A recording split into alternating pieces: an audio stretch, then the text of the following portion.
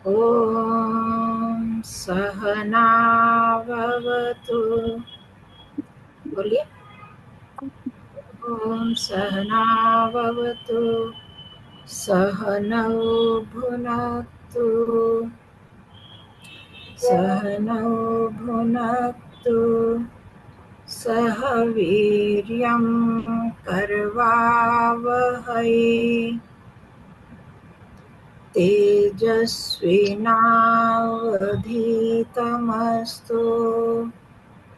तेजस्विनावधीतमस्तु मा विद्विषावहै मा विद्विषावहै। ओम शांति शांति शांति।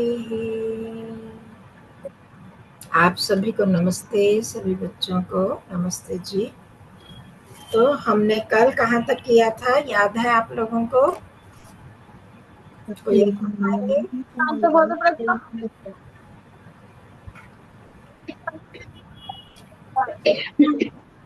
एक बताएं आप में से, कौन बताएगा? पारुल, पारुल का नाम याद है मेरे को। पारुल जी बताएंगे? कल आप थी क्लास में?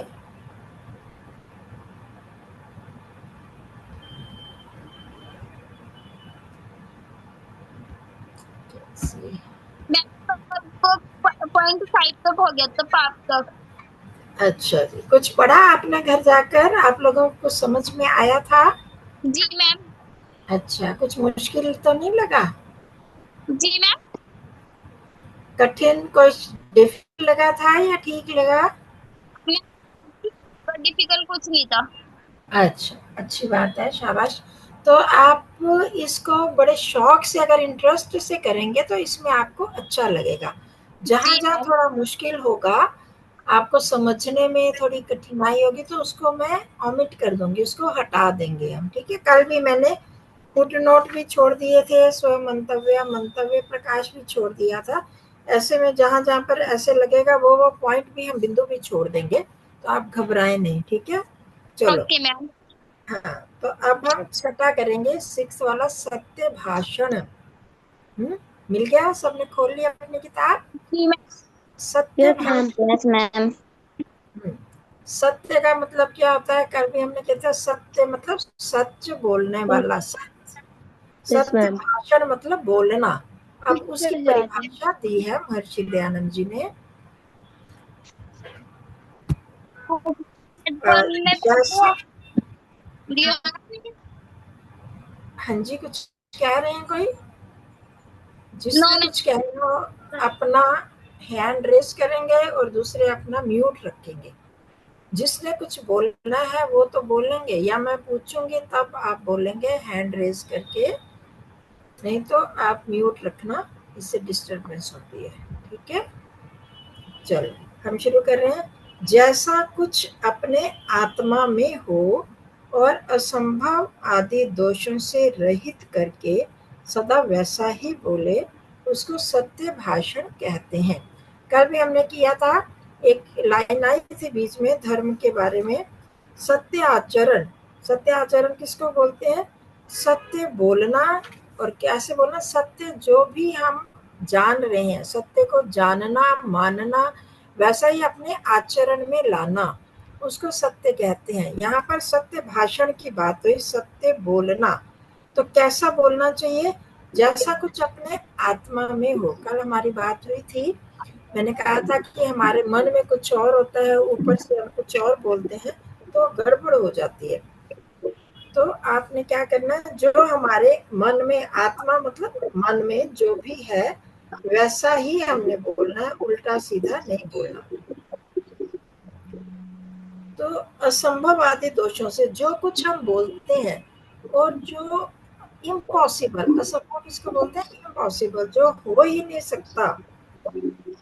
तो जैसे बहुत सारे लोग कहते हैं ना, अभी कल भी मेरे से कोई पूछ रहा था, आत्मा आ गई किसी के शरीर में, आत्मा ने ये काम कर दिया, वो मरा था फिर जिंदा होके कर दिया, फिर बहुत साल पहले, आप शायद बच्चे तब पैदा भी नहीं हुए थे, एक बात आई थी कि जो गणेश जी की मूर्ति है वो दूध पी रही है, तो ये सब चीजें जो है ना संभव ही नहीं है। जो सृष्टि के नियम, मतलब जो हमारे जो संसार का जो नियम है, नेचर के जितने भी रूल्स हैं उनके अकॉर्डिंगली होनी चाहिए हमारी बात, उसके अगेंस्ट नहीं। उसको बोलते हैं असंभव आदि दोषों से रहित करके जो बोलता है उसको सत्य भाषण कहते हैं।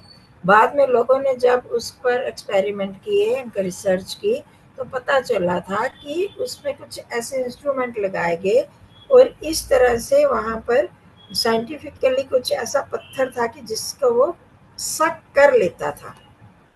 तो इस तरह की असंभव बात नहीं करनी चाहिए। अगर वो बात हम करते हैं जो इम्पॉसिबल है तो उसको हम झूठ कहेंगे, सत्य भाषण नहीं कहेंगे। तो अब इसकी व्याख्या पढ़ते हैं। सत्य भाषण यानी सत्य बोलने में निम्नलिखित बातों को ध्यान में रखना चाहिए। अब जो इस डेफिनेशन में जो बात आई उसको हम नीचे एक्सप्लेन कर रहे हैं, उसको हम समझ रहे हैं।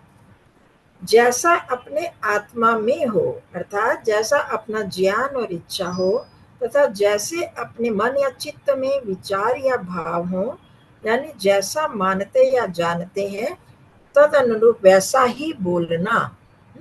तद अनुरूप का मतलब होता है उसके अनुसार ही बोलना। किसके अनुसार? जैसे हमारा ज्ञान है, हमारी इच्छा है, जैसे हमारे मन में विचार या भाव चल रहे हैं, और जैसा हम मानते हैं, है ना, हम मानते हैं तो हम जो माने कि ये व्यक्ति बहुत बुरा है उसको हम कह देते हैं नहीं जी बहुत अच्छा है। कोई अच्छे को कह दें बहुत बुरा है। मन में तो हम ये समझ रहे हैं, ऊपर से उसको चिढ़ाने के लिए बोलते हैं। तो ये सब क्या होता था? झूठ आ जाता है, ये असत्य में आ जाता है। ठीक है। पहली बात क्या होगी? जैसा हमारा ज्ञान है, नॉलेज है, जैसे हमारी इच्छा है, जैसे हमारे मन में जो भी थॉट्स हैं उनके अकॉर्डिंगली ही बोलना, इसको बोलते हैं सत्य भाषण। तो ये पहला पॉइंट हुआ। दूसरा पॉइंट, जो बोला जाए वह संभव ही होना चाहिए, अर्थात सृष्टि के नियमों के अनुकूल होने से वैसा होने की क्षमता रखने वाला हो। जो क्या अभी मैंने पहले आपको बताया, जैसे गणेश जी के दूध पीने का उदाहरण दिया, इसी तरह और चीजें भी, बहुत सारी चीजें हैं। तो जो सृष्टि के नियम के अनुकूल हो, जैसे लोग कहते थे ना पहले, कुछ पुस्तकों में ये लिखा हुआ था कि एक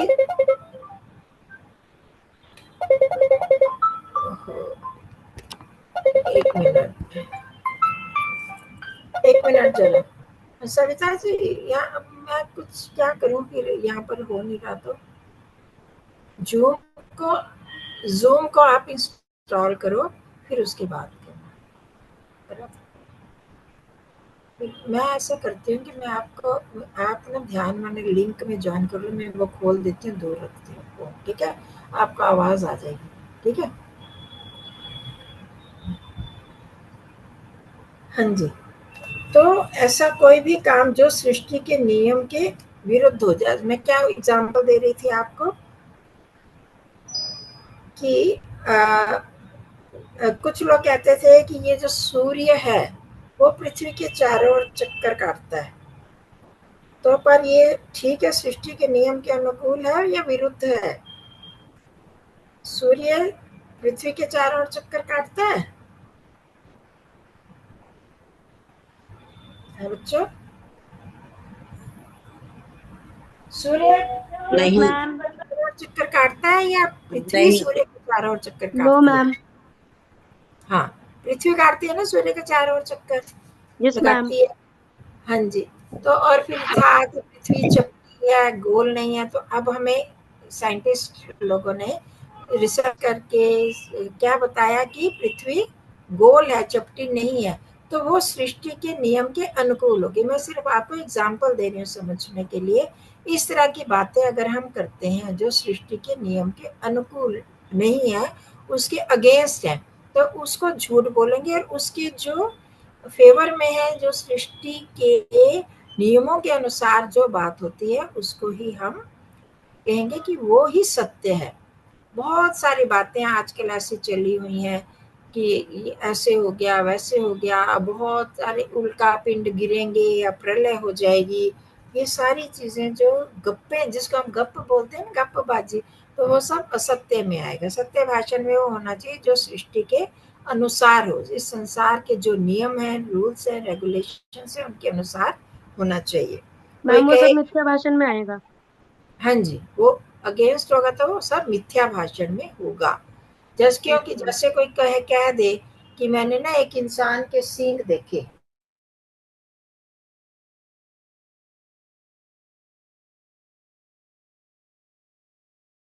वो तो आर्टिफिशियल तो लगा सकता है, पर असली सींग तो नहीं हो सकते ना। नो तो मैम। अगर वो कह रहा है तो इसका मतलब वो मिथ्या भाषण हो गया ना। इस तरह अच्छा। से बहुत सारी बातें, बहुत यस सारे मैम। जो यस हिजड़े मैम। होते हैं, जिन वो उनको हम कहें कि उनका नो बेटा, मैम। तो हो सकता है क्या? नहीं हो सकता ना। तो वो भी सृष्टि के नियम के विरुद्ध है। जो नियम बना है, परमात्मा ने जो नियम बनाए हैं, वो तो वैसे ही होगा। सूर्य यस मैम। पूर्णिमा से, सनराइज कहाँ से होता है? ईस्ट से। तो कोई कहते नहीं जी आज तो पश्चिम नो में मैम। होगा, तो मानोगे आप? तो ये सब झूठ में आते हैं, असत्य भाषण। फिर तीसरी बात क्या आ गई? आत्मा असंभव आदि दोषों से रहित करके वैसा ही सदा बोले, प्रत्यक्ष अनुमान और शब्द प्रमाणों के अनुरूप हो। कल भी हमारी बात हुई थी प्रमाणों के अनुरूप। जो जो प्रूफ्स हैं उन प्रूफ्स के अनुसार होनी चाहिए। बस आप इतना याद रखो। अभी आप बच्चों को, मैंने कहा था ना कि आगे प्रमाण आएंगे, हम आपको ये छुड़वा देंगे प्रमाणों का। अभी आपको शायद कठिन लगे, मतलब मुश्किल लग सकता है, आगे कभी ये चांस होगा तो फिर मैं उसमें आपको देंगे। तो अभी इसको हम प्रमाण को छोड़ दें, जो कि सिर्फ इतना करो जो प्रमाणों के अनुसार सत्य हो उसको ही सत्य भाषण कहेंगे। तीन चीजें हो गई, जैसा हमारे मन में हो, जैसी हमारी इच्छा हो, जैसा हमारा ज्ञान हो, वैसा ही मानना और वैसा ही बोलना। ये हो गया पहला पॉइंट। दूसरा, तो बोला जाए वो संभव होना चाहिए, वो पॉसिबल होना चाहिए, असंभव नहीं होना चाहिए, सृष्टि के नियमों के अनुसार होना चाहिए। और तीसरा, प्रूफ्स के, जो हमने डायरेक्ट किसी ने देखा सुना तो उनके अनुसार होगा। वही किसी ने या तो हमने सुना है या हमने गैस किया है, तो गैस भी ठीक नियमों के अनुसार होगा तो वो सत्य होगा। अगर प्रूफ ही नहीं है कोई, तो हम किसी भी बात को नहीं कह सकते उसने चोरी किया। तो कोई मान लेगा आपकी क्लास में कभी चोरी हुई और आपने किसी बच्चे का नाम ले दिया, तो मानना जाएगा क्या जब तक प्रूफ नहीं हो? No ma'am. जाएगा ना। तो प्रमाण, प्रूफ को क्या बोलते हैं हिंदी में, संस्कृत में? प्रमाण। प्रमाणों के अनुसार होना चाहिए। तो ये तीन चीजें हो गई। अब आगे हो गया मिथ्या भाषण। अब मिथ्या भाषण को लो, जो कि सत्य भाषण अर्थात सत्य बोलने से विरुद्ध है, उसको मिथ्या भाषण कहते हैं। ठीक है, बिल्कुल वही चीज उसके उल्टा। जैसे यस कल मैम। धर्म का आया था ना, पुण्य यस पाप मैम। का आया था, बिल्कुल वैसे ही आप देखोगे कि बहुत सारे तो इसी तरह से एक याद कर लोगे तो दूसरा अपने आप याद हो जाएगा। तो सत्य भाषण से विपरीत अर्थात, अब इसकी व्याख्या हमने पीछे से की, मन आत्मा में कुछ और वाणी से कुछ और ही बोलना। मन और आत्मा में एक चीज है और वाणी से हम उससे उल्टा बोल देते हैं, उससे अलग बोल देते हैं। अर्थात अपनी इच्छा, ज्ञान, भाव और विचारों से भिन्न अलग बोलना, उसको झूठ बोलते हैं, असत्य कहते हैं। ठीक है। मन आत्मा और वाणी, मन और आत्मा में जो है, मन और आत्मा में क्या होगा? हमारा ज्ञान होगा, हमारे विचार होंगे, हमारे भाव होंगे, हमारी इच्छा होगी। उसके अनुकूल ना बोल, उसके विरुद्ध बोलना, उससे उल्टा बोलना झूठ होगा। फिर जो बोला गया है वह होना संभव ही ना हो, देखिए वो हो ही नहीं सकता। जैसे मैंने आपको एग्जांपल्स दिए थे पहले कि किसी इंसान के सींग हैं, एक किसी हिजड़े का बच्चा पैदा हो गया, तो ये संभव नहीं हो सकता ना। अगर ऐसे किसी ने कहा तो हमें उस पर विश्वास ही नहीं करना चाहिए कि एक जो मरा हुआ इंसान था उसको जला दिया तो वो पैदा हो गया, वो दोबारा जिंदा हो गया। पैदा तो होगा बच्चा बनकर दूसरे रूप में, उसी रूप में नहीं आ सकता। तो अगर ऐसे कोई बात कहे तो वो सब झूठ है, ठीक है। और फिर तीसरा, प्रत्यक्ष अनुमान शब्द में से किसी भी प्रमाण से सिद्ध ना होने वाला हो, और इन प्रमाणों में किसी से भी सिद्ध नहीं हो, जैसे किसी ने देखा भी नहीं, सुना भी नहीं, चखा भी नहीं, और हाथ भी नहीं, स्पर्श भी नहीं किया, फिर भी हम ऐसे बोल दें। किसी ने कहा कि नहीं वो तो कह रहा था मैं उसका मर्डर कर दूंगा, तो कैसे पता लगा, तुमने सुना है क्या? नहीं मैंने तो नहीं सुना, किसी और ने कहा। अगर हम ऐसे ऐसी बात किसी के सुने सुनाए स्वयं नहीं करते, किसी की सुनी सुनी बात को कहते हैं, तो वो हम नहीं मान सकते जब तक कि उसका प्रूफ ना हो। फिर आप पुलिस को भी देखोगे, जब पुलिस कोई ऐसा केस होता है, इंक्वायरी करती है, तो प्रूफ मांगती है ना पुलिस। कोर्ट में कोई केस चल रहा होता है, वहां भी प्रूफ चाहिए होते हैं, तो अलग अलग लोगों को बुलाया जाता है, फिर प्रूफ मांगे जाते हैं, तब जाके उसको आगे केस चलता है, तब उसको सत्य माना जाता है। अगर कोई प्रूफ नहीं है तो वो कहते हैं नहीं जी सब आप बेकार बोल रहे हो उनको, फिर ऐसे उनका माना ही नहीं जाता।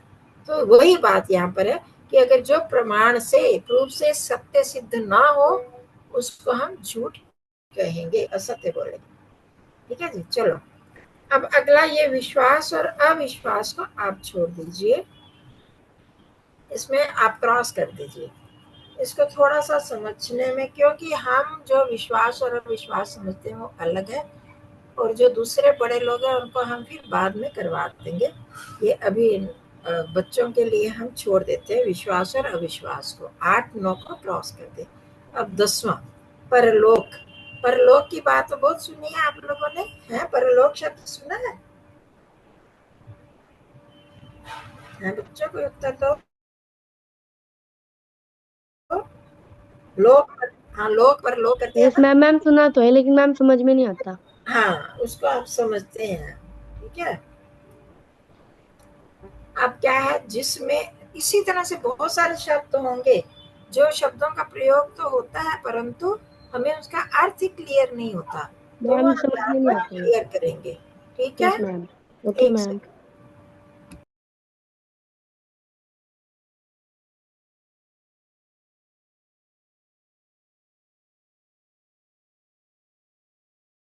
चलो आगे, जिसमें सत्य विद्या से परमेश्वर की प्राप्ति हो। परलोक किसे कहते हैं?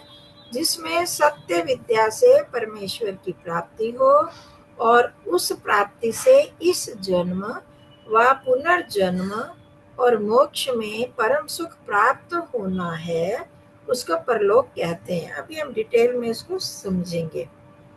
3 चीजें हैं। सत्य विद्या से परमेश्वर की प्राप्ति हो, परलोक का सुख प्राप्त करना चाहते हैं हम, तो वो परमेश्वर की प्राप्ति हो सत्य विद्या से। परमेश्वर की प्राप्ति किससे होगी? सत्य विद्या से, सत्य सत्य विद्या ज्ञान से। से होगी। अगर गलत हमारा असत्य ज्ञान तो उससे नहीं हो सकती, एक तो वो। फिर उस, जब परमेश्वर की प्राप्ति हो गई तो फिर इस जन्म में या जो अगला जन्म होगा, और फिर मोक्ष में जो परम सुख मिलता है उसको परलोक कहते हैं। पर का मतलब होता है श्रेष्ठ। अब आगे हम इसको खोल के बात कर रहे हैं, आप नीचे आ जाओ। व्याख्या, परलोक शब्द 2 शब्दों से मिलकर बना है, पर जमा लोक। इतना तो समझ में आ गया। पर लोक, पर का मतलब क्या होता है? पर का मतलब श्रेष्ठ, और लोक का मतलब होता है स्थान, स्थान। ठीक है, ये याद रखेंगे सब। पर यस का मैम। मतलब श्रेष्ठ, लोक का स्थान। मतलब स्थान। तो इस प्रकार इस शब्द का अर्थ हुआ जहां सुख विशेष है। श्रेष्ठ, श्रेष्ठ का मतलब क्या होता है?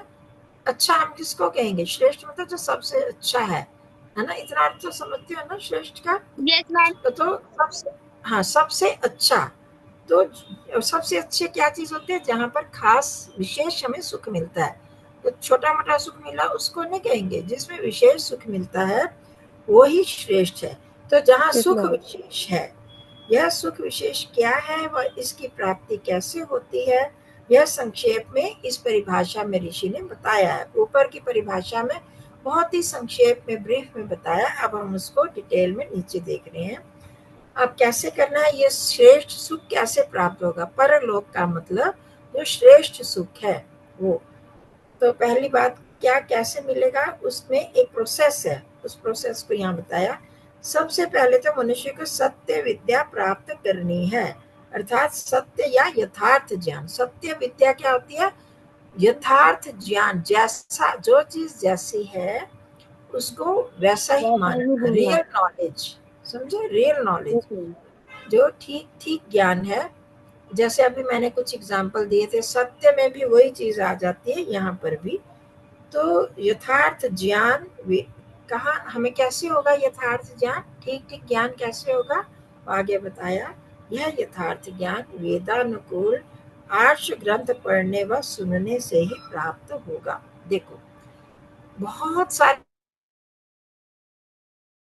ग्रंथ चले हुए हैं दुनिया में, इतने ग्रंथ हैं, आप इतनी कहानियां चली हुई हैं, संसार में इतनी कहानियां चली हैं कि हम उन पर विश्वास कर लेते हैं। मैं आपको बता उनके एग्जाम्पल्स नहीं दे रही थी कि हो सकता है आप में कुछ लोगों का उन पर विश्वास हो और आप कहोगे कि ये कैसे हमें बता रहे हैं, पर मैं आपको एक कहानी बता दूं, उसमें बुरा यस तो मैम। मानोगे? जिनका विश्वास हो वो भी उसकी रियलिटी को समझना, यस मैम। क्या वो सृष्टि के नियम के अनुसार हो सकता है, इज इट पॉसिबल और नॉट, ये हमें देखना है। तो अब सब ग्रंथों, कुछ ग्रंथों में तो लिखी है वो कहानी, तो हम जहाँ भी कुछ लिखा, मैं भी कुछ लिख सकती यस हूँ ना, मैम। आप भी लिख सकते हैं, कोई कुछ भी अपनी मर्जी से लिख दे। तो अब उसको हमने जजमेंट तो करनी है कि वो चीज ठीक है या नहीं है।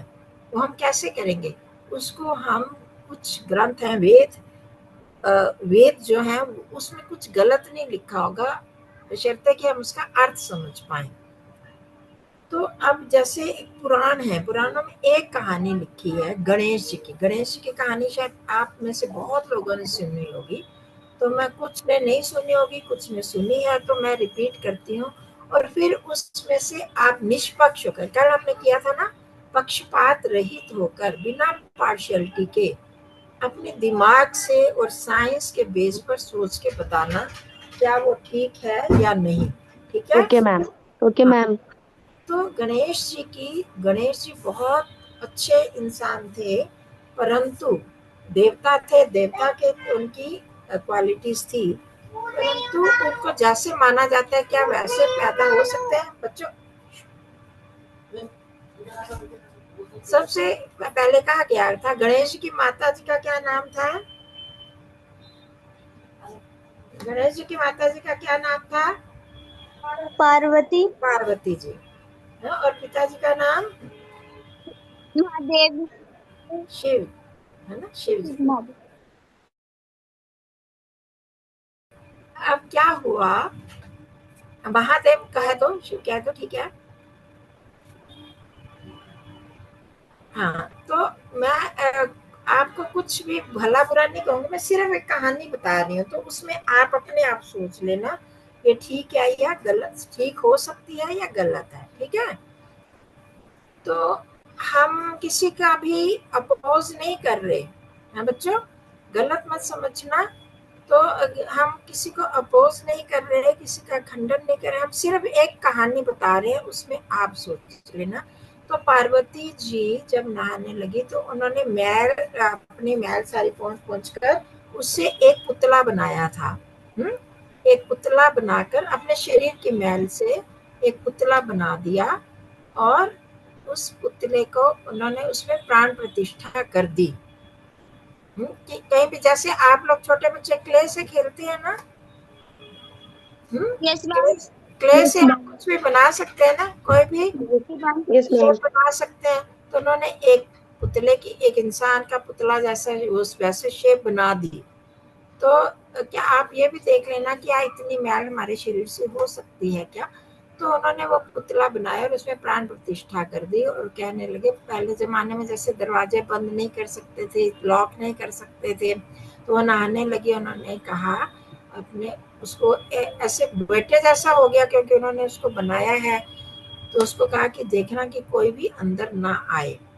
तो कुछ देर के बाद वो आ गए, शिव महादेव जी, शिव जी आ गए, और शिव जी ने आकर उन्होंने कहा कि कहाँ पर है पार्वती कहाँ है, पार्वती कहाँ है। तो उनको तो पता ही नहीं था कि ये गणेश कौन है कौन नहीं है, तो पहले तो देखा नहीं है, तो अभी उनके एब्सेंस में ही बनाया था उन्होंने।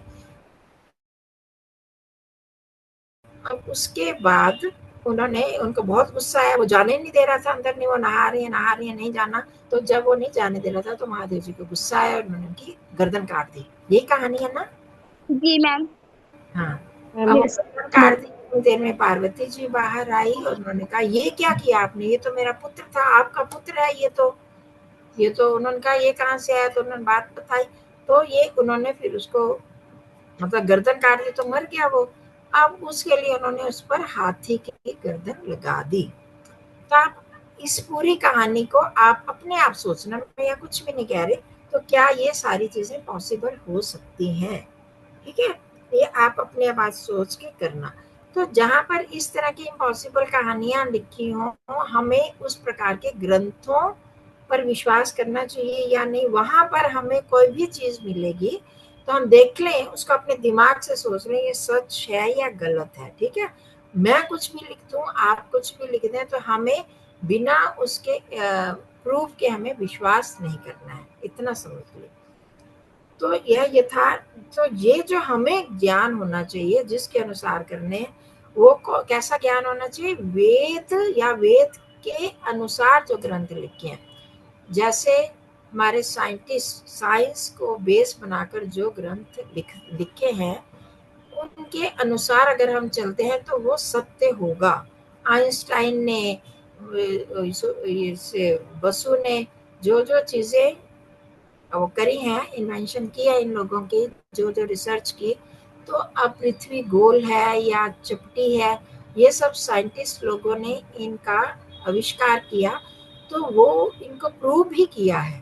तो इसी तरह वेद जो है वो ईश्वरीय ज्ञान होने से, और वेद के अनुसार अगर जिन ग्रंथों में लिखा है तो वैसा हमें ज्ञान प्राप्त करना चाहिए।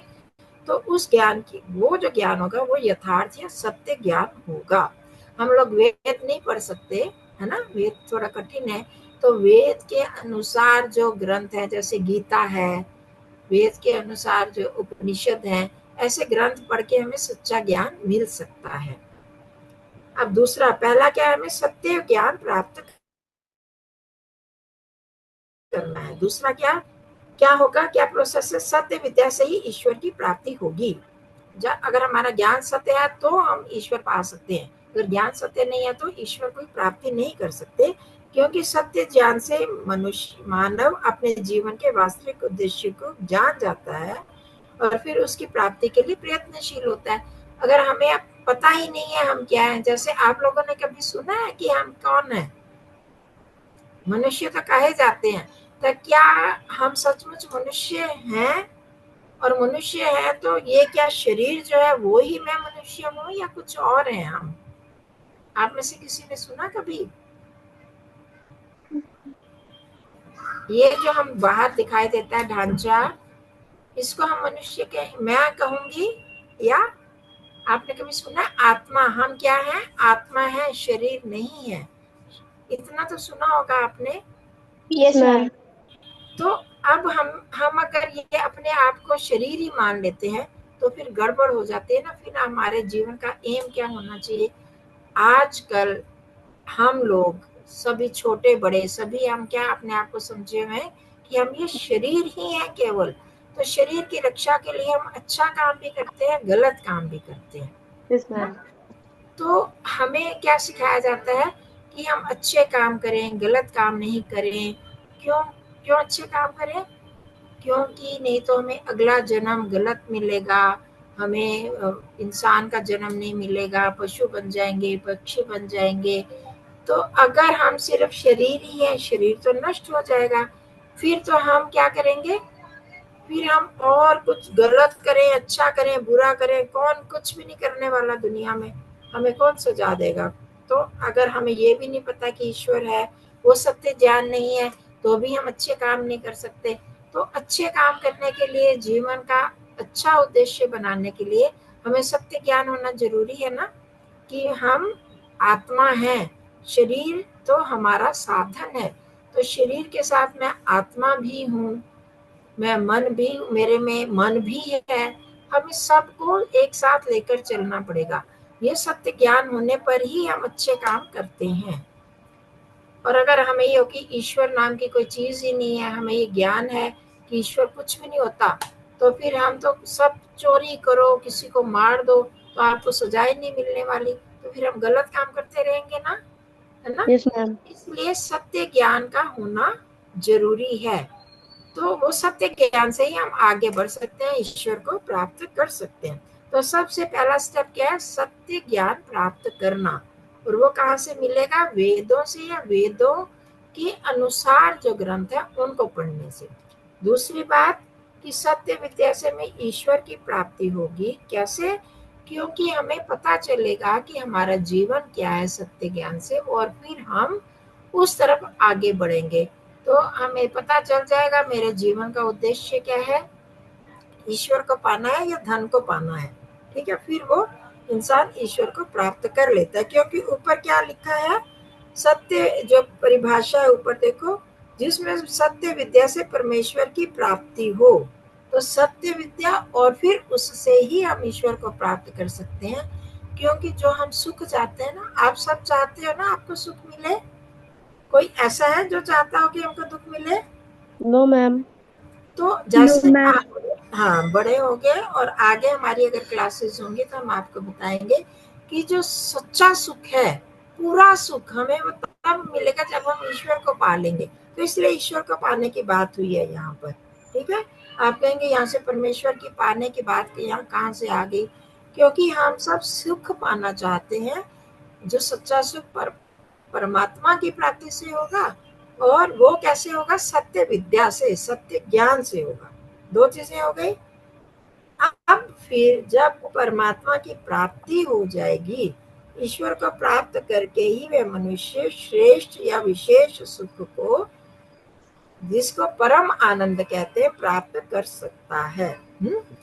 ईश्वर को प्राप्त कर लेंगे तो जैसे मैंने अभी बताया, सच्चा सुख ईश्वर को प्राप्त करने से ही मिलेगा। ठीक है, तो वो फिर पाने के लिए तो हमें परम आनंद मिलता है, वो हम फिर पा सकते हैं। इसको पाने के लिए हम इतना तैयारी कर रहे हैं कि हम इतनी कोशिश करते हैं, आप पढ़ाई कर रहे हैं कि हमें सुख मिले, बड़े होकर हम खूब कमा सकें, इसीलिए कर रहे हैं ना पढ़ाई, हमें ज्ञान मिले, फिर हम अच्छी नौकरी कर सके, हमारे में अच्छा धन प्राप्त हो, सुख पाने के लिए। और उस सुख पाकर जो सुख है वो ईश्वर को पाने से मिलता है। अब फिर ये जो सुख मिलेगा, वो इस सुख को इस जन्म में अथवा अगले जन्म में मनुष्य प्राप्त कर सकता है। जब ईश्वर को पा लेंगे तो इस जन्म में जिंदा जिंदा जब तक रहेंगे तब भी पाएंगे, और मरने के बाद भी हमें वो सुख मिलेगा अगर हमने ईश्वर को पा लिया तो। अब वो इसलिए उसको परलोक कहा, क्योंकि वो पर श्रेष्ठ है, श्रेष्ठ स्थान जहाँ पर हमें सच्चा सुख मिल सकता है। तो चीजें आपको क्रम पता चल गया। सबसे पहले सत्य विद्या प्राप्त करना, सत्य ज्ञान से ईश्वर की प्राप्ति होगी, फिर ईश्वर की प्राप्ति से श्रेष्ठ और विशेष सुख मिलेगा, और वो इस जन्म में या अगले जन्म में भी और इस जन्म में भी मिलेगा। जब हमने पा लिया, जब तक जिंदा रहेंगे तो भी मिलेगा और मरने के बाद भी मिलेगा। तो ये हो गया परलोक की परिभाषा। तो यहाँ यह भी जानना चाहिए कि जब तक जीव शरीर धारण करता है, अन्य पूर्ण मतलब कि पूरा सुख नहीं मिल सकता। ये मैंने आपको संक्षेप में बता दिया, आप यहीं तक इसको करना। ठीक है, यहाँ तक आप निशान लगा लो, आगे का छोड़ दीजिए। कहाँ तक लगाना है? हम कहाँ तक लगाना है निशान? जहाँ तक ये अगले जन्म में प्राप्त, जहाँ तक बिंदु है ना वो बुलेट लगे मैम हैं, जो कि जन्म है ना इसका? हाँ जहाँ तक 4 पॉइंट है वहां तक। मैं जन्म में प्राप्त कर सकता है। हाँ जी, यस मैम, ओके। चलो। तो जो अंतिम ये जो सुख मिलता है उसको ही परलोक कहते हैं, बस इतना आपने समझना है। आगे अपर लोक, इसी का उल्टा आ गया, जैसे हम पहले भी कर रहे हैं ना, यस एक मैम। शब्द आता है उसके बाद उसका उल्टा आ जाता है। अपर लोक जो परलोक से उल्टा है। जिसमें दुख विशेष भोगना होता है वह अपर लोक कहलाता है। उसमें क्या था, जिसमें सुख विशेष प्राप्त होता है, और सुख विशेष ईश्वर को पाके होगा, तो इसलिए पहले ईश्वर की बात भी हो गई। सत्य विद्या से परमेश्वर की प्राप्ति हो और उससे जो सुख विशेष मिलता है उसको परलोक कहते हैं। और यहाँ पर अपरलोक, जहाँ परलोक में, अब इसको नीचे हम ले रहे हैं, जो परलोक से, पहले परिभाषा को दोबारा देखो, जो परलोक से उल्टा है जिसमें दुख विशेष भोगना होता है वह अपरलोक कहलाता है। तो क्या हो गया, जहाँ परलोक में विशेष सुख या आनंद प्राप्त होता है वहीं अपरलोक में दुख विशेष दुख की प्राप्ति होती है। ठीक हो गया, समझ में आ गया। जहाँ दुख ही दुख, घोर दुख मिलते हैं उसको अपरलोक कहते हैं। पर श्रेष्ठ होता है अपर, जिसको कहेंगे हीन लोक, दुख देने वाला लोक हो गया। आसान है ये। जहाँ पर विशेष सुख ना होकर विशेष दुख की प्राप्ति होती है उसे अपर लोक कहते हैं। अब दूसरा पॉइंट, इस अवस्था में मनुष्य ना तो सत्य ज्ञान को प्राप्त करता है ना ही ईश्वर को प्राप्त कर सकता है। अपर लोक क्यों मिलता है, क्योंकि हमें ठीक ठीक ज्ञान नहीं मिलता। ठीक ज्ञान न मिलने से ईश्वर की प्राप्ति नहीं होती।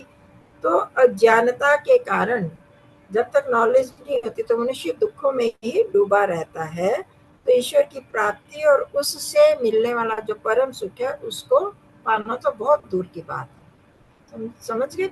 सच्चा सुख, जो सुख विशेष है वो ईश्वर से प्राप्त होगा, और वो ईश्वर कैसे प्राप्त होगा, सच्चे ज्ञान से। अब यहाँ उल्टा हो गया, यहाँ सच्चा ज्ञान ही नहीं है, तो जहाँ पर दुख विशेष मिलता है उसको अपर लोक कहते हैं। और ये अपर लोक में जो दुख ही दुख होता है वो क्यों होता है, क्योंकि मनुष्य सत्य ज्ञान प्राप्त नहीं कर सकता। तो सत्य ज्ञान ना पाने से वो ईश्वर को ही नहीं पाएगा, ईश्वर को नहीं पाएगा तो सच्चा सुख भी पा नहीं सकता, वो दुखी रहेगा। ठीक है जी, हो गया। आगे 12वां आ गया जन्म। अब जन्म किसको कहते हैं हम लोग, जब कोई बच्चा पैदा होता है उसका जन्म हुआ, आप जन्मदिन मनाते हो ना, जिस दिन Yes, आप ma'am. पैदा हुए, हाँ, जिस डेट को पैदा हुए थे आप वो डेट याद मैम रखो। जिस दिन हम दुनिया में आते हैं मैम। जिस दिन आते हैं। अब असल में क्या होता है जन्म, उसको समझना है। ठीक है, ये बहुत मजेदार चीज है, ये हमें समझ में आएगा और हमें इसको अपने जीवन में भी समझ कर रखना है। जिसमें शरीर के साथ संयुक्त होकर जीव कर्म करने में समर्थ होता है उसको जन्म कहते हैं। क्या, शरीर के साथ संयुक्त होकर, संयुक्त मतलब मिलकर जीव कर्म करने में समर्थ होता है उसको जन्म कहते हैं। अब इस व्याख्या में सारा आपको समझ में आ जाएगा। ठीक है, अलग से है ना परिभाषा ये। यहाँ तो ये नहीं लिखा ना जिस दिन हम संसार में आते हैं, इसमें क्या लिखा कि जब जीव और शरीर के साथ जुड़ जाता है जीव। अब यस जीव मैम। क्या होता है उसको हम देखेंगे। ठीक है, आत्मा तो शब्द सुना ना, वही, उसी को ही जीव भी कहा जाता है। इतना आप याद रखो, फिर आगे बढ़ते हैं। चेतन, हम सब कौन है, चेतन प्राणी। और जन्म चेतन प्राणियों का होता है। ये जो पत्थर है, पहाड़ है, नदियां हैं, उनको जन्म तो नहीं कहते ना। उनका जन्म तो नहीं होता, वो उनका निर्माण हो जाता है, उनका जन्म नहीं होता। समझ में आया। तो अब चेतन प्राणियों में आत्मा और शरीर का संयोग होता है। हाँ, अभी मैं थोड़ी देर पहले बात कर रही थी ना आपसे, देखो वो चीज आ गई यहाँ पर कि हम जिसको कहते हैं सत्य ज्ञान के लिए हम बात कर रहे थे आपसे कि सच्चा ज्ञान प्राप्त, हम कहते हैं कि मैं शरीर हूँ। तो अब हम क्या है वो बात यहाँ पर आ रही है, तो आपको स्पष्ट हो जाएगा कि हम जो लोग हैं, हम क्या है, किसका संयोग है, आत्मा और शरीर। हम सिर्फ शरीर नहीं है, शरीर के साथ आत्मा भी है। समझ आ रही है। तो ये जो हमारा चेतन प्राणी, जो चेतन होते हैं, जितने भी चेतन है, चेतन को समझते हो,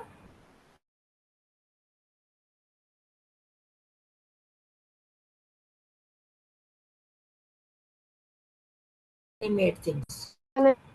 समझ आ गया बच्चों। तो संसार में दो तरह की चीजें हैं, जड़ और चेतन। हम कौन है, चेतन है या जड़ है? बोलिए। चेतन चेतन। चेतन मैम।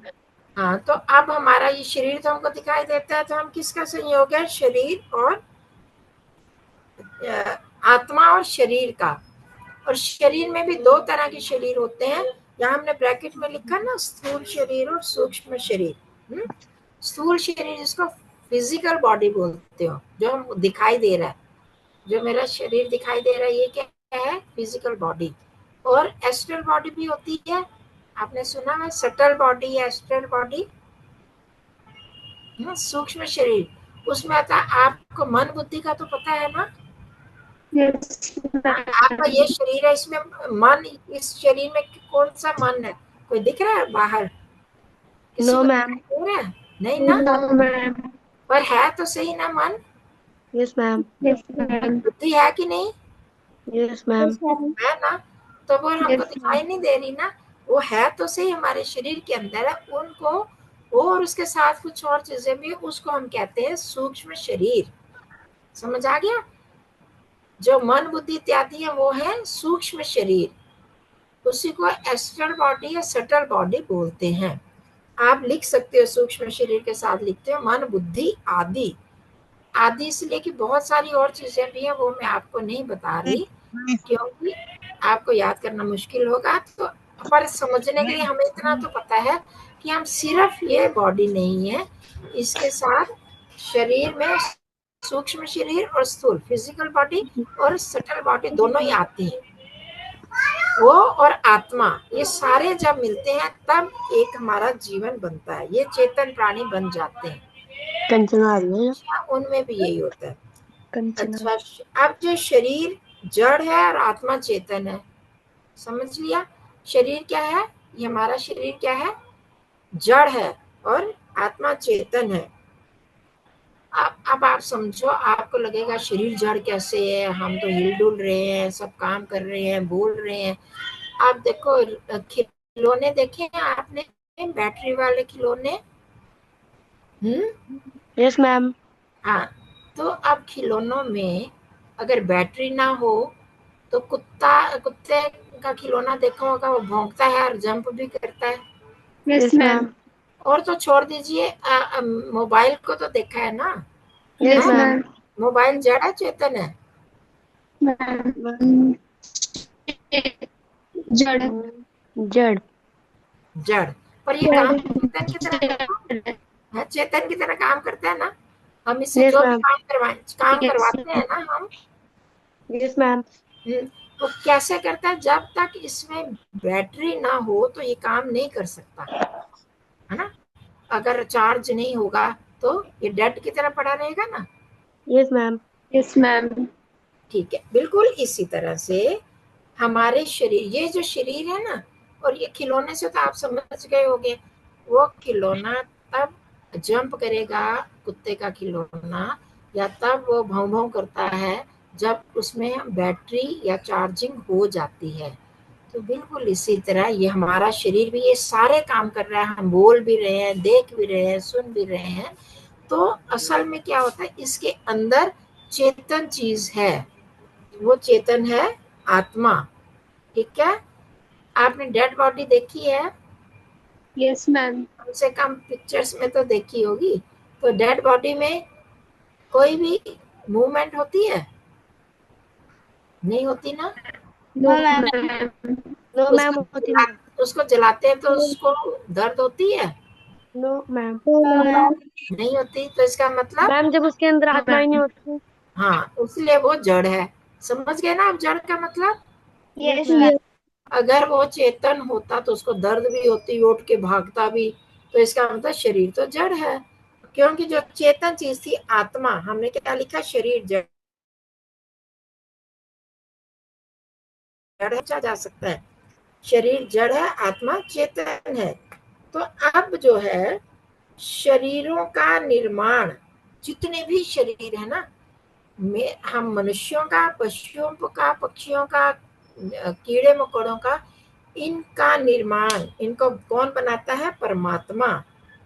किससे बनाता है? जड़ प्रकृति से, नेचर से, पंच महाभूतों से। हमारे शरीर को कौन बनाता है? कोई इंसान बनाते हैं हमारे शरीर को, कि हमारे माता पिता बनाते हैं? मैम परमेश्वर। माता पिता पैदा करते हैं, पर बनाते हैं क्या वो? उनसे नो पूछना मैम। है ना। No ma'am. माए तो सबको कितना सुंदर बनाते हैं, सभी को गोरा चिट्टा सुंदर सा, अच्छी बुद्धि दे दे, पर सब तो नहीं होते ना। नो तो मैम। हाँ, उनसे पूछ भी लेना, बोलना हम उनको तो पता ही नहीं कैसे बन रहा है, हाथ बन रहे हैं, पैर बन रहे हैं, मुंह बन रहा है, आंखें बन रही हैं, उनको नहीं पता होता। तो वो निर्माण जो है वो परमात्मा करता है हमारे कर्मों के अनुसार, ठीक है। तो इसलिए ये लिखा है उसका निर्माण जड़ प्रकृति से। ये आप देखोगे, हम शरीर में जब भी टेस्ट होते हैं, हमारा ब्लड कैसे बना, उसमें पोटेशियम है, उसमें बहुत सारी चीजें हैं, हीमोग्लोबिन, ये वो, जब भी कोई टेस्ट करवाते हैं कितनी चीजें आती है ना बीच में, है वो सारी चीजें अगर हम मिला लें, इतनी अलग अलग एलिमेंट्स हैं उसमें, तो उन चीजों से ही शरीर बना। और जबकि वो शरीर तो बनता है जब बच्चा पैदा होता है सबसे पहले, तो वो शरीर बना, पर जो आत्मा होती है उसमें चेतन, वो बनती नहीं है। ये याद रखना, आत्माएं क्या है? एटर्नल है, नित्य है। शरीर का तो निर्माण होता है, पर आत्माएं हमेशा बनी होती है, इनका निर्माण नहीं होता। जब आपने अभी बताया था, जब कोई मनुष्य मरता है तो शरीर में से आत्मा निकल जाती है, आत्मा निकलकर कहीं और चली जाती है, और परमात्मा ने जहां उसको जन्म देना होता है वहां देती है। इसका मतलब आत्मा मरती नहीं है, ना कोई इसको मार सकता है। गीता में भी लिखा है, नैनम छिंदन्ति शस्त्राणि नैनम दहति पावका। तो उसको, आत्मा को तो कोई मार नहीं सकता, ना वो पैदा होती है आत्मा, ना मरती है, ठीक है। ये याद रखने वाली चीजें हैं। तो इनका जन्म भी नहीं होता, ये मरती भी नहीं है। तो फिर भी जन्म तो हम कहते हैं ना, तो किसका होता है और मृत्यु किसके होती है? तो वो यहाँ पर इस परिभाषा में बताया, जब जीव का शरीर के साथ संयोग होता है, जब आत्मा और शरीर आपस में मिल जाते हैं और कर्म करने में समर्थ होता है, तभी जन्म कहलाता है। जब आत्मा अकेली, आत्मा तो है, अभी भी बहुत सारी आत्माएं यहाँ पर होंगी जहां हम बैठे हैं, पर वो अपने आप कोई काम नहीं कर सकती जब तक कि शरीर उसके साथ नहीं जुड़े, मैम ठीक जब है। तक वो शरीर धारण नहीं कर सकती। हाँ, जब तक आत्मा शरीर के साथ नहीं जुड़ता, तब तक वो कोई भी काम नहीं कर सकता। सबसे पहले ये बोला ना, तो क्या कहा था? शरीर के साथ संयुक्त होकर जीव कर्म करने में समर्थ होता है, कैपेबल होता है, तब वो जन्म कहलाता है। समझ आ रही है बात? तो अब यहाँ पर यही कहा कि जब का जीव मतलब आत्मा का शरीर के साथ संयोग मिलना होता है, तब वह कर्म तभी कर सकता है, खाली आत्मा कर्म नहीं कर सकती। और आत्मा ना हो तो खाली शरीर भी कर्म नहीं कर सकता, वो भी आपने देख लिया। मरे हुए शरीर को देख लिया ना, वो बात आगे लिख रहे हैं। शरीर तो जड़ है ही, वह भी आत्मा की सहायता और प्रेरणा के बिना कोई काम नहीं कर सकता। यही कारण है कि मृत शरीर में, शव में कोई भी इच्छा क्रिया अनुभूति नहीं होती। मृत शरीर में मरा हुआ जो शव होता है, डेड बॉडी, उसमें कोई इच्छा नहीं होती ना कि मैं उठ के यहाँ से भागू, मेरे को जला देंगे, नहीं होती ना। ना ही उसमें कोई सेंसेशन होती है, फीलिंग भी नहीं होती कि मेरे को जला रहे हैं, दर्द हो रहा है, और इसलिए वो कोई एफर्ट भी नहीं, काम भी नहीं कर सकता।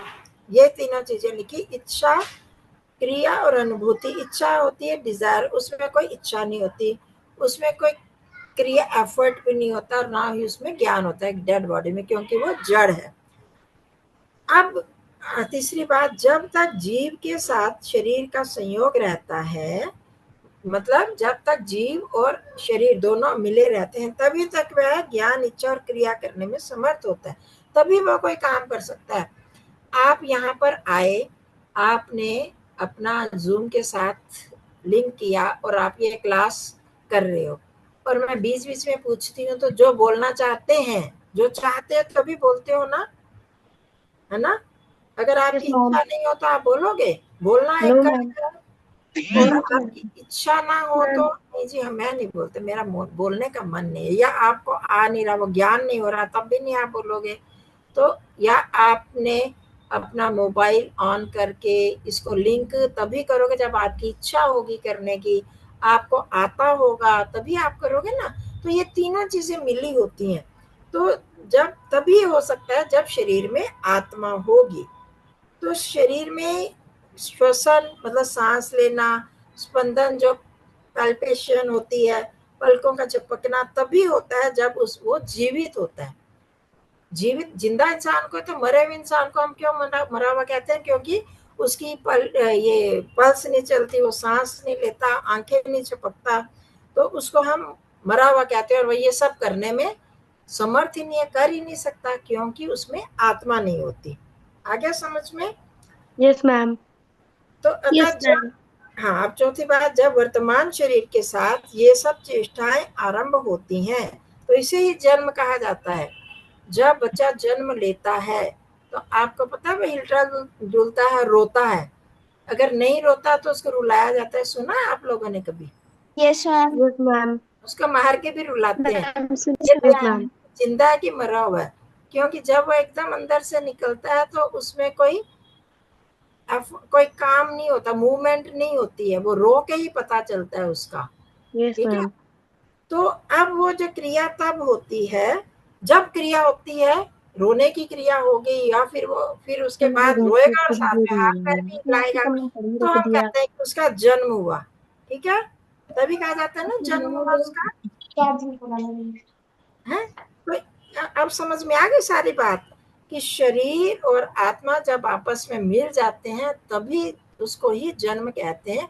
मिलने के बाद वो कर्म करने में जब समर्थ होता है, कर्म करने में कैपेबल होता है, तभी उसको जन्म कहा जाता है। और जब शरीर में आत्मा आ गई, शरीर मिल गया, तो वो कर्म करने लगता है, काम करने लगता है, उसमें मूवमेंट होने लगती है, रोता भी है, हाथ पैर भी हिलाता है, सुसु पोटी भी करता है, तो ये हम कहते हैं कि इसका जन्म हुआ। तो अब बात समझ में आ गई ना? अब पूरी मैम एक बार सरल परिभाषा बता देना इसकी। हाँ, वही मैं कह रही हूँ, परिभाषा दोबारा से देखो। जिसमें शरीर के साथ संयुक्त होकर, मैम एक मिनट रुक शरीर के जाओ। साथ मिलकर जीव, जीव कहो आत्मा कहो, जीव कर्म करने में समर्थ होता है, उसको जन्म कहते हैं। आगे मैम समझ? साथ के बाद क्या आता है जिसमें शरीर के बाद शरीर के साथ होकर। संयुक्त, संयुक्त होता है मिलकर। Yes ma'am. है? संयुक्त संयोग, होकर। संयोग, संयोग सुना ना? यूनियन, संयोग और संयुक्त होना, उसी से ही बना है। मिलकर, मिलकर कर दो। संयुक्त होकर जीव जीव कर्म करने में समर्थ होता है, कर्म समर्थ करने में होता समर्थ होता एबल, है। हाँ एबल होता है, तो उसको जन्म कहते हैं। ठीक है? समर्थ होता है उसको जन्म जन्म कहते हैं। तो ये सारी जो डिटेल में आप दोबारा से पढ़ना, पूरा समझ आ जाएगा। अब मरण करके फिर छुट्टी करते हैं। ठीक है? Yes ma'am. जल्दी से मरण वाला हो जाएगा, इससे उल्टा हो गया ना मरण। जिस शरीर को प्राप्त होकर जीव क्रिया करता है, उस शरीर और जीव का किसी काल में जो वियोग हो जाना, उसको मरण कहते हैं। यहाँ पर क्या हुआ था? संयोग होना, वहां वियोग मतलब सेपरेट हो जाना। ठीक है? मैम दोबारा जी, बताना मैम दूसरे वाले। आत्मा का शरीर से अलग हो जाना। जिस शरीर को, अभी पीछे से, जिस शरीर को प्राप्त होकर शरीर और जीव, जीव क्रिया करता है, इस शरीर के साथ जीव क्रिया करता है, अकेला नहीं कर सकता, ये आपको बताया था। शरीर और आत्मा मिले और काम करने लगे। अब जो है उस जीव का कभी ना कभी, ये तो आपको पता ही है, वो शरीर और आत्मा दोनों अलग अलग हो जाते हैं, कभी ना कभी उसका वियोग हो जाता है ना? ठीक है? Yes ma'am. मरता है ना इंसान, ये तो देखा है ना आपने। Yes ma'am. हाँ, तो उसी को ही कहा कि क्या मरना क्या है? वो शरीर से आत्मा का अलग हो जाना, वही वियोग है, उसको ही मरण कहते हैं। वो तो आपको पता ही, मरना किसको कहते हैं? जिस शरीर को प्राप्त होकर जीव ने काम करना शुरू किया था, वह शरीर और आत्मा दोनों अलग अलग जो हो जाना है उनका, उसको ही मरण कहते हैं। हो गया स्पष्ट? क्लियर हो गया? शरीर और आत्मा का आपस से अलग अलग हो जाना ही मरण है। तो जब शरीर जीव प्राप्त शरीर से, जो उसको शरीर के साथ संयोग हुआ था, उससे अलग हो जाता है, यानी उस संयोग का, दोनों का सेपरेट हो जाना ही मृत्यु है। अब दूसरा पॉइंट, अगला पेज पे आ जाओ। इस अवस्था में जीवात्मा शरीर से पृथक अर्थात अलग हो जाता है। पृथक का मतलब लिख लो, अलग हो जाता है। तब शरीर में कोई भी क्रिया नहीं होती। अलग हो जाता है तो शरीर में कोई क्रिया नहीं होती, ये हमने पहले समझ लिया था, डेड बॉडी में नहीं होती ना। निश्चेष्ट को काट दो, तब शरीर में कोई भी क्रिया नहीं होती, इतना याद रखो, ठीक है। तो जब अलग हो जाता है जीवात्मा शरीर से, पृथक मतलब अलग हो जाता है, तब शरीर में कोई भी क्रिया नहीं होती। आगे समझ। फिर इसका कारण जीव शरीर के बिना, क्योंकि इसका कारण क्या है, जीव शरीर के बिना अकेला कोई भी कार्य नहीं कर सकता, और शरीर भी आत्मा के बिना कोई भी कार्य नहीं कर सकता। यही मरण है, यही मृत्यु है, ठीक है। जीव और शरीर दोनों अलग अलग हो गए तो मर गए, क्योंकि वो कोई काम कर ही नहीं सकता। जीवन का मतलब है, जन्म का मतलब वो काम करने लगते हैं। शरीर और आत्मा मिल गए तो वो काम करना शुरू कर देते हैं। जब अलग हो गए तो काम करना बंद हो गया, वो मरण कहलाता है, ठीक है बच्चों। आप घर में पढ़ो, और जो समझ में नहीं आया तो कल कक्षा में, क्लास में आप पूछ भी सकते हो।